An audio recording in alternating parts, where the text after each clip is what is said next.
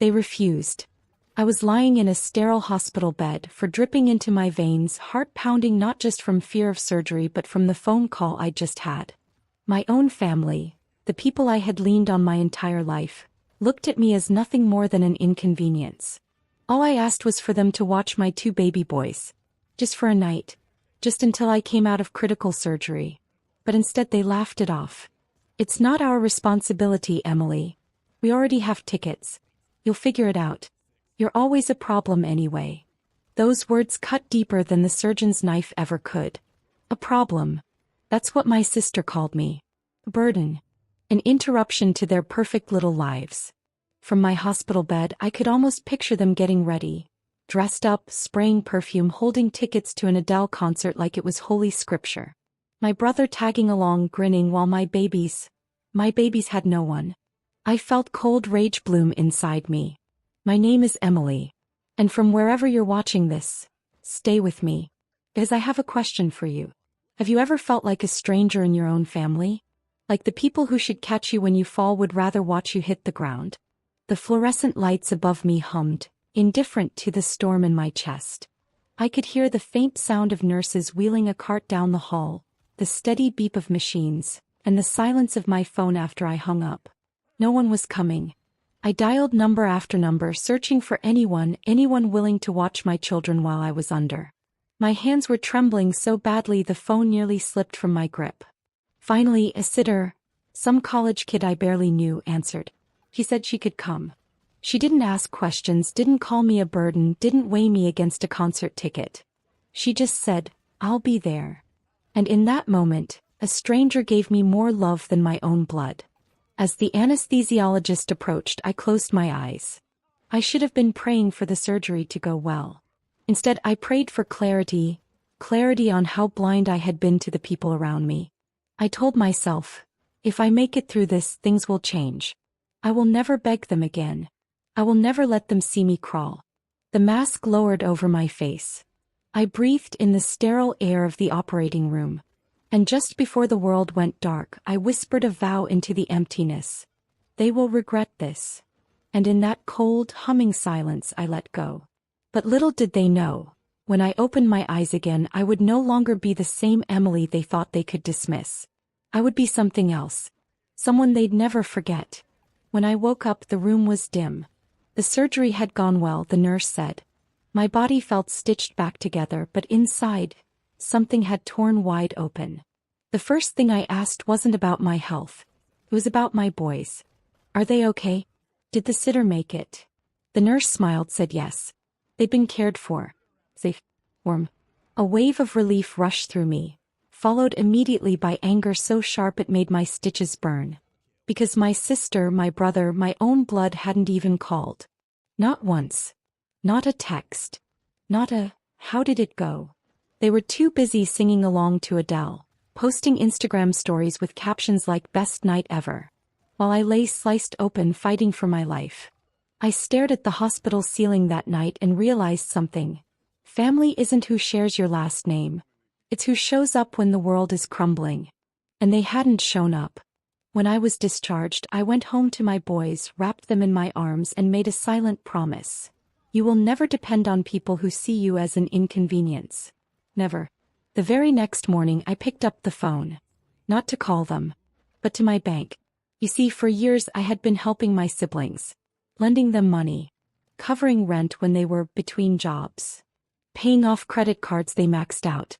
Dropping off groceries when they were tight this month. Thousands of dollars poured out of me in quiet loyalty because that's what family does, right? Not anymore. I cut every wire. Automatic transfers? Cancelled. Joint accounts? Closed. Access to my credit card? Gone. I hired a sitter again that week. Not because I needed one, but because I wanted to show myself I had choices. That strangers could care more than family. And then I went silent. No calls. No texts. No birthday reminders. Nothing. 3 weeks passed. Quiet, heavy weeks where I healed and rebuilt. I poured all the energy I used to waste on them into my boys. I learned the power of peace. The silence became my weapon. But then, on the 21st day, there was a knock at my door. It was soft at first. almost hesitant. Then louder. Urgent. I froze. My boys looked up from their toys. My heart began to race. Because I already knew who it was. The very people who left me to bleed alone now stood on the other side of my door, desperate for something. And as I reached for the handle, I thought, now we'll see who the real problem is. The knocking grew louder. I stood still in my living room, my boys peeking up at me, sensing something heavy in the air. I told them to stay put, kissed the top of their heads and walked to the door. I didn't open it right away. I pressed my ear against the wood, listening. Emily, please open up. It's us. The voice was my sister's. Sweet on the surface but shaking. Not with guilt. No, I knew her too well. Need. I let them sweat for a full minute before unlocking the deadbolt and pulling it open. And there they were. My sister in her designer coat, mascara smudged like she'd been crying. My brother behind her, shifting uncomfortably, hands shoved into his pockets. For a second none of us spoke. The winter wind filled the silence. Finally my sister broke. We need your help. The words tasted bitter to me.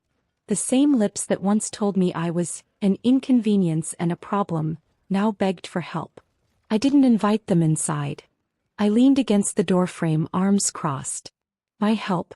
You mean the help you were too busy for when I was in surgery? Her face twisted. Look, it was bad timing. We had those tickets for months and... Stop. My voice was ice. You don't get to explain away leaving me alone in a hospital bed while you dance to someone like you. My brother finally spoke. Emily, listen. We lost our jobs. Both of us. The rent's overdue, the car's about to be repossessed. We don't know what to do. There was the reason for the knock. Not love.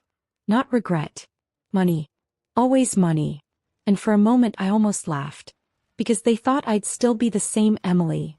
The one who saved them, who poured herself out while they gave nothing back. But that Emily was buried with the stitches across my stomach. I tilted my head, studying them. My sister's eyeliner streaks. My brother's hollow eyes. The same siblings who had told me I was a problem. Do you know what I did while you were at that concert? I asked softly. They exchanged a glance. Said nothing. I lay on a hospital table, wondering if I'd ever see my children again. And I begged for just one thing, that my family would be there for me. But you weren't. Their faces crumbled. My sister started crying harder. My brother muttered, "We're sorry, okay?" But their apology was hollow, a key rattling in the wrong lock. I smiled then, a slow, sharp smile they had never seen from me before. Sorry doesn't pay rent. Sorry doesn't feed my boys. Sorry doesn't undo the fact that you chose Adele over your sister's life. Their tears meant nothing to me. For the first time in years I felt powerful. And as I started to close the door, I whispered the same words they once threw at me. Your problem. Not mine. The lock clicked. And their muffled sobs echoed in the cold air outside. But deep down I knew this was just the beginning. Because problems have a way of coming back. They didn't go away. For the next week my phone buzzed nonstop. Missed calls. Voicemails. Texts that swung wildly between begging and blame. Emily, please, we're desperate. You don't understand how bad it is. You're being cruel.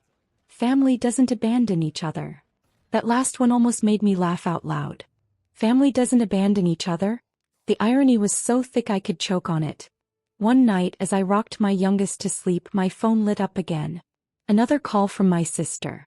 I pressed decline. Seconds later a text appeared. We'll lose everything if you don't help. Do you really want that on your conscience? My conscience. The same conscience they trampled on when they left me on that hospital bed. I stared at the glowing screen in the dark, my child's soft breath against my shoulder, and I realized something. Guilt had been their favorite weapon. My whole life they'd wielded it like a blade.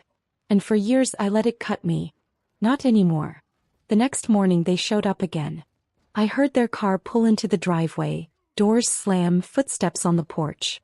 This time I didn't even pretend to hesitate. I opened the door before they could knock. They looked ruined. My sister's hair unwashed, my brother's eyes hollow, his hoodie hanging off his shoulders. They smelled like desperation. Please. my sister whispered like the word itself was breaking her. We don't know what else to do. The landlord's threatening eviction. We'll be homeless. I leaned against the doorframe, arms folded. And what exactly do you expect me to do? Her eyes lit up, hopeful, greedy. Help us like you used to. Just a couple thousand to get us back on track. Please. You've always been the strong one. The reliable one. There was again. The script I knew by heart. They broke me down, used me up, and when I was empty they called me strong for still standing. But now I saw it for what it was. Manipulation dressed as praise. I stepped closer, my voice low, sharp. You know what's funny? You call me reliable. But when I needed you, you called me a problem. And now you stand here empty-handed, asking me to be reliable again. Tell me, does that sound like family to you? My brother's face hardened. He muttered, "You've changed." I smiled. Good. And then, for the first time in my life, I didn't just shut the door on them. I shut the door on the version of me they thought would always bend. As the lock clicked, I saw the flash of anger in their eyes, the kind that says if we can't use you, we'll destroy you. And I knew. The storm wasn't over. It was only gathering. The silence didn't last. A week after I slammed the door, I woke up to find my mailbox torn open, envelopes scattered across the yard. Most were empty. My bills, my bank statements, gone. Identity theft. I didn't need proof to know who was behind it. That night, as I tucked my boys into bed, I caught myself staring at the shadows outside, wondering how far they'd go. My siblings, my own blood, were now circling me like predators that had lost their leash. The next morning I found my car keyed. Deep, jagged lines carved across the driver's door. And taped under the windshield wiper was a note in my sister's handwriting. We know you have money. Stop being selfish. Selfish. That word rang in my head like a gunshot. I had bled myself dry for them for years. Rent.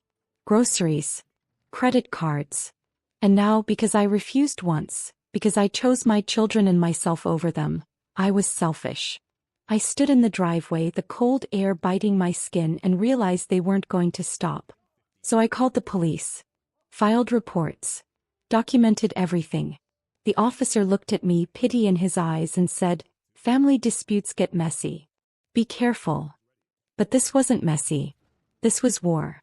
That night, I sat at my kitchen table with a notebook, writing down everything I had ever done for them. Every dollar loaned, every bill paid, every time I saved them. The numbers stacked like mountains, proof of my loyalty. Over $40,000 across the years. And still they branded me a problem. But what they didn't know was this. I wasn't helpless anymore. I wasn't their safety net. I was the storm they never saw coming. I hired a lawyer. Quietly. Methodically. And together we began building something they could never wriggle out of. A case. A ledger of debts unpaid, agreements broken, and financial abuse stretched across a decade.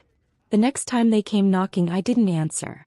But through the blinds I saw them on the porch, angry, desperate, whispering to each other like cornered animals.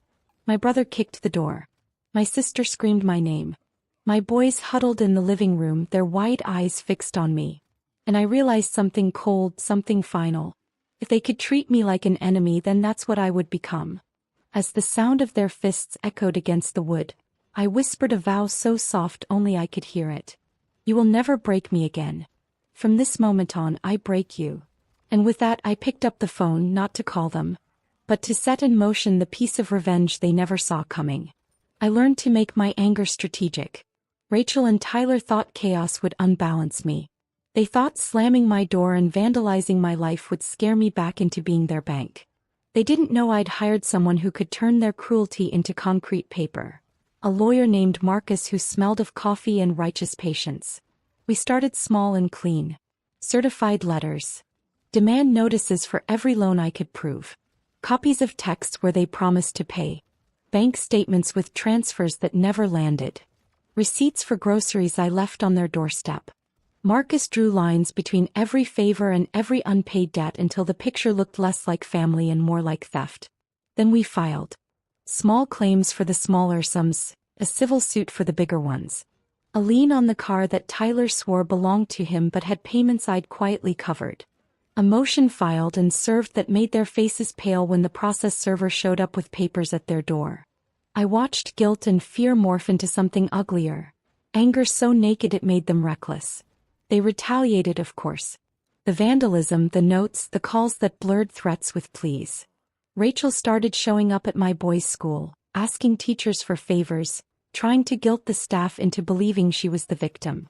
Tyler worked his old friends, whispering half-truths at the bar, trying to poison the story. But paper is a strange kind of weapon. It sits in front of the law and asks for the truth. Marcus taught me to be relentless. We recorded every call. We logged every visit. We kept receipts like talismans. When the court date came, I walked into that courtroom in jeans and a coat, my boys at my back, my heart steady like a drum. On the stand, I told the story they'd tried to erase. I spoke not as a wounded sister but as a ledger of evidence. $2,400 here, $8,750 there, $29,000 across years of bailouts that became their normal. I said each number aloud, one by one, and when I reached 40,000 I felt the number settle in the room like a verdict. The judge listened. He did the thing I had wanted for months. He put a freeze on the one account Rachel still had access to, ordered mediation and required them to repay, or face wage garnishment. It wasn't revenge in the explosive movie sense. It was quieter, the kind that slowly tightens a rope until someone must choose between working honest or living desperate. Outside the courthouse they looked like shells. Their anger burned without fuel. People I'd known my whole life nodded at me with sympathy that tasted like approval. Strangers reached out, offering babysitting job leads, even a freelance gig that paid well enough to start rebuilding. But victory didn't taste like triumph.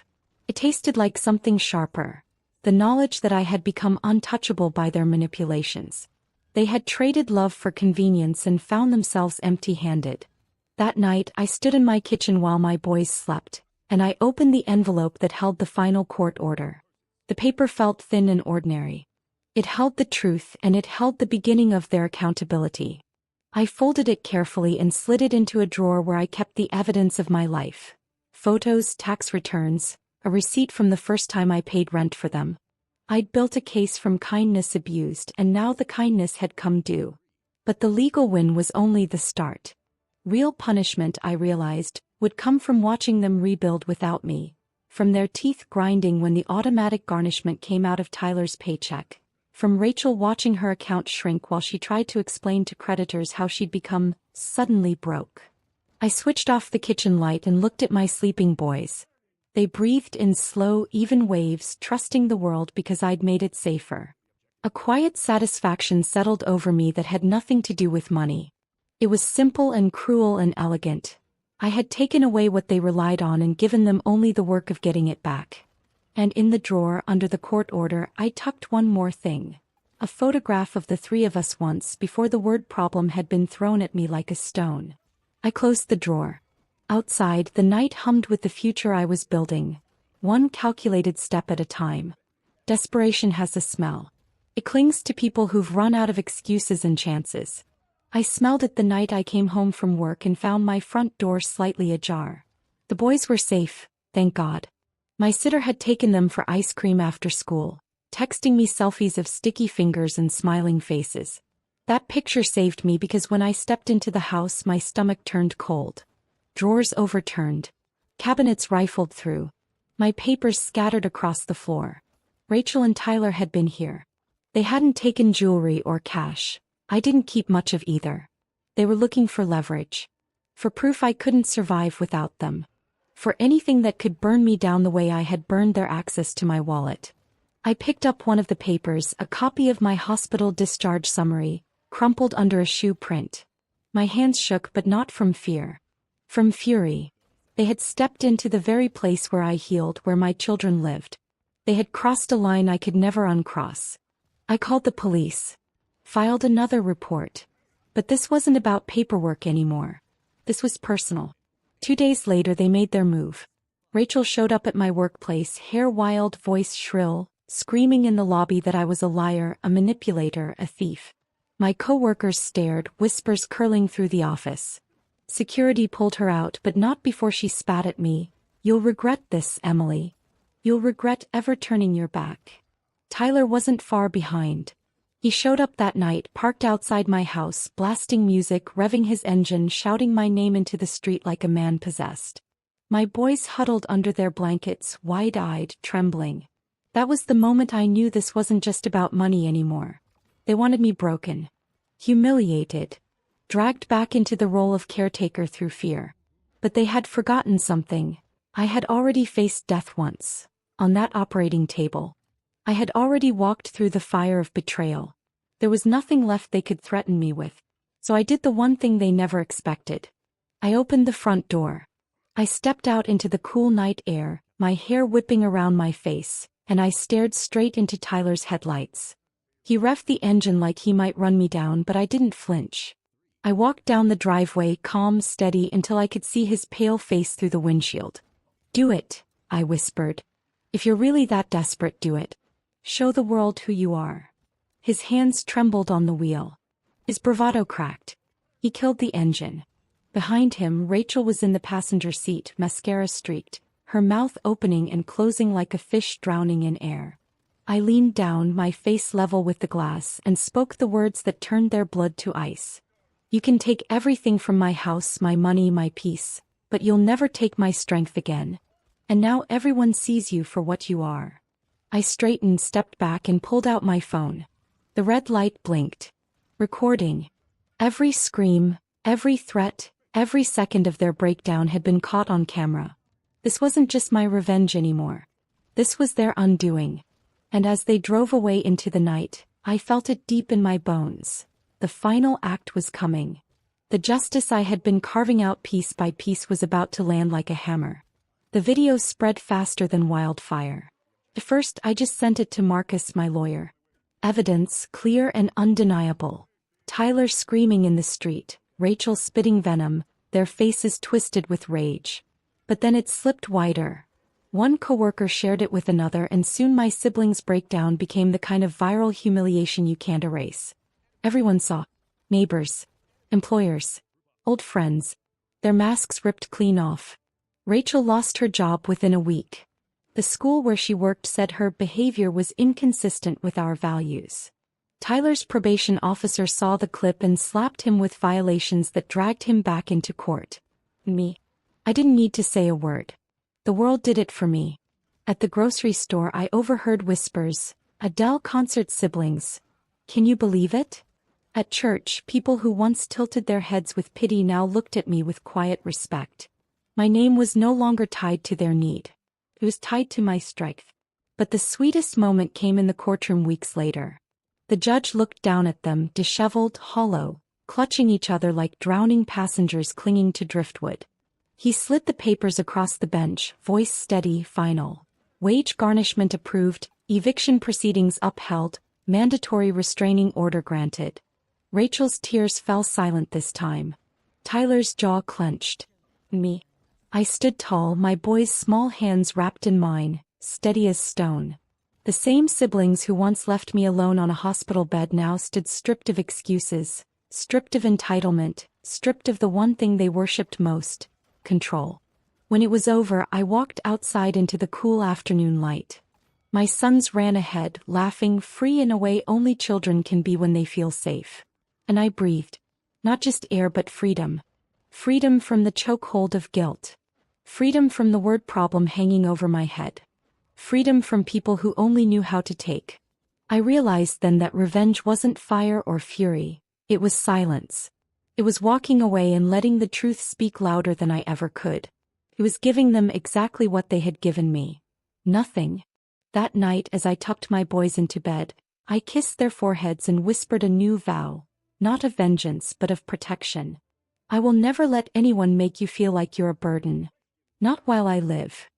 I turned out the light, stood at the doorway, and let the quiet settle. For the first time in years, my heart was still. And in that silence I knew, the circle was closed.